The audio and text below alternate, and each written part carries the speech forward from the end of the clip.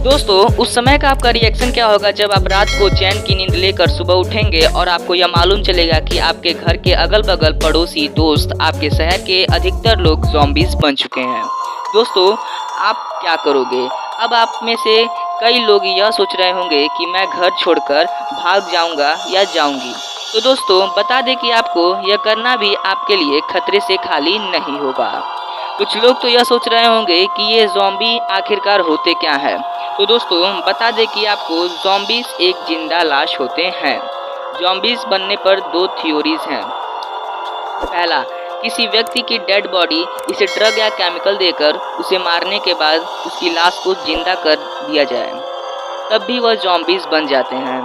दोस्तों, यह थ्योरी 2% ही सही हो सकती है, क्योंकि ऐसा बहुत ही रेयर केस देखने को मिलता है। लेकिन अब मैं जो आपको बताने जा रहा हूँ वो थ्योरी 100% तक राइट है।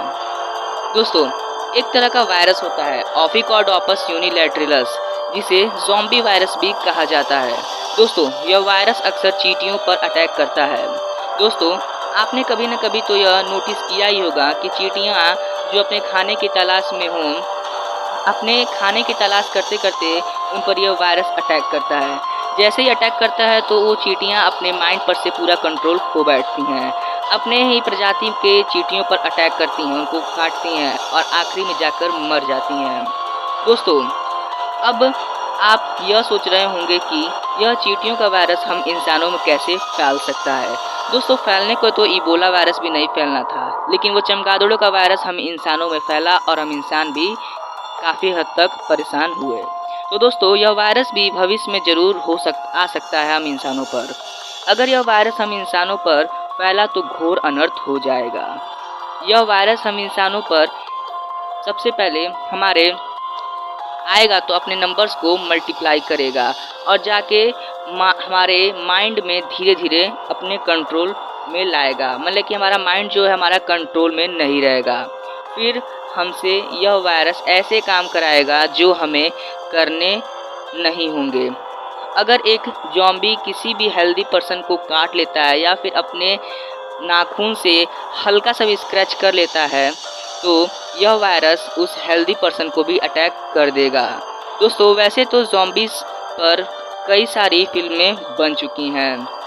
दोस्तों, अब तक तो हमने केवल ज़ॉम्बीज़ पर बात की, अब ज़रा इसके कमज़ोरी पर भी बात कर लेते हैं।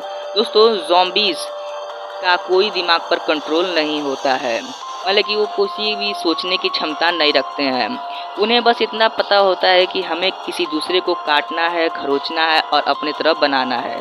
दोस्तों, ज़ॉम्बीज़ की भागने की स्पीड भी काफ़ी हद तक कम होती है। इसका फ़ायदा उठाकर आप इनसे तेज़ भी भाग सकते हो। अगर आपके पास कोई गन हो तो आप इसके डायरेक्ट हेडशॉट करो, ये ज़ॉम्बीज़ मर जाएंगे। वह गोली से बचने की कोशिश नहीं करते हैं क्योंकि उनका माइंड पर कोई कंट्रोल नहीं होता है। दोस्तों, ज़ॉम्बीज़ की भागने की स्पीड तो मैंने आपको बता दी बहुत ही कम होती है। और तीसरा, अगर आप एक बढ़िया स्विमर हो तो आप किसी भी नदी में या फिर पॉन्ड या फिर किसी भी वाटर सोर्स में जा सकते हो, क्योंकि ज़ॉम्बीज़ तैर नहीं सकते हैं और वो डूबकर मर जाएंगे। तो दोस्तों, ये तो कुछ स्टेप्स हैं जिससे आप ज़ॉम्बीज़ से बच सकते हो। वैसे तो कई सारे हमारे कंट्री या फिर वर्ल्ड में ऐसे बहुत से गैजेट्स बन चुके हैं जिससे हम ज़ॉम्बी से ईज़िली फाइट कर सकते हैं। तो दोस्तों, आज के लिए बस इतना ही और फिर मिलते हैं अगली वीडियो में। तो बने रहिए हमारे इस चैनल के साथ और देखते रहिए फैक्ट वाला भाई।